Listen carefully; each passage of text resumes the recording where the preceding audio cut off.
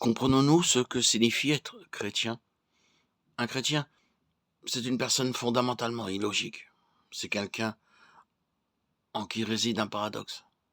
Et ce paradoxe procède de Dieu. Certains conçoivent le christianisme uniquement comme un trésor, sans qu'il y ait de vase de terre. S'ils rencontrent le vase de terre quelque part, ils pensent qu'il y a quelque chose de faux. Mais la logique de Dieu est totalement différente de celle de l'homme. Voici la pensée de Dieu. Nous portons ce trésor dans des vases de terre. C'est pourquoi nous ne devons pas nous désespérer de voir encore le vase de terre. Dans son dessein, Dieu n'a pas désincarné le vase de terre. Il a placé son trésor au-dedans. C'est toujours dans le vase de terre que se trouve le trésor. Permettez-moi de dire qu'il n'y a pas d'âme dont le vase de terre soit totalement de terre, qu'il est impossible de voir le trésor. La beauté du trésor est mise en valeur par le vase de terre dans lequel il est placé. Paul était un homme, un vrai homme, mais la vie du Seigneur a resplendi au travers de sa vie. Il n'était pas un automate. Il avait des sentiments. Et il n'était pas invariablement triste ou heureux. Lorsqu'il était attristé, il était aussi heureux. C'est ce qui caractérise les enfants de Dieu. Même quand les larmes coulent, le visage peut exprimer la joie. Nous conservons toujours le vain espoir de rencontrer un chrétien qui soit débarrassé du vase de terre. Cependant, lorsque nous rencontrons de véritables enfants de Dieu, nous reconnaissons immédiatement leur caractère distinctif. Nous reconnaissons ce qu'ils sont en eux-mêmes et aussi ce qu'ils sont dans le Seigneur.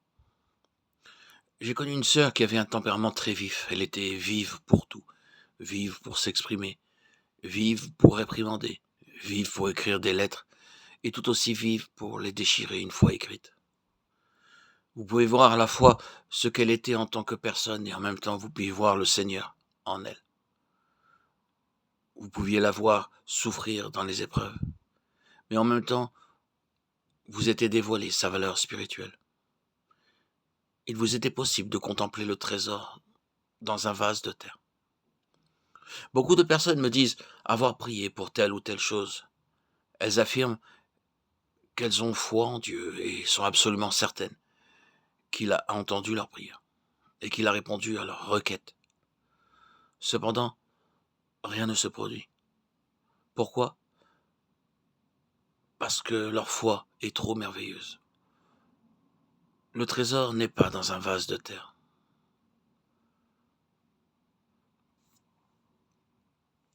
À ce propos, souvenons-nous de la prière que l'Église adressait à Dieu pour la délivrance de Pierre.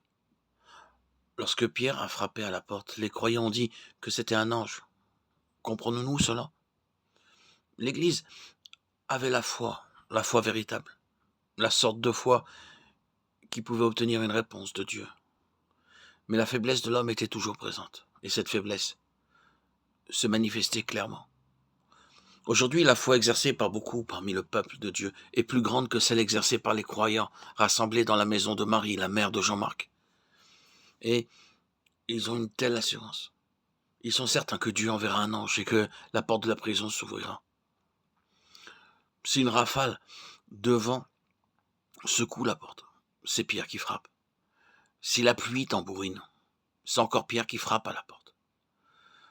Ces gens sont tellement crédules, leur foi n'est pas véritable.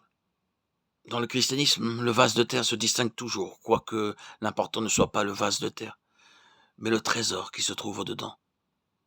Dans la vie d'un chrétien normal, lorsque la foi grandit en s'attachant au Seigneur, elle peut s'exercer simultanément avec le sentiment paradoxal de toujours pouvoir se tromper. Lorsqu'il se fortifie dans le Seigneur, il est aussi plus conscient de son impatience, de son impuissance, de ses failles, de sa fragilité. Quand il est plus courageux, il devient conscient de la crainte intérieure. Quand il est plus joyeux, un sentiment de détresse le saisit. Ce paradoxe est la confirmation qu'il y a un trésor dans le vase de terre.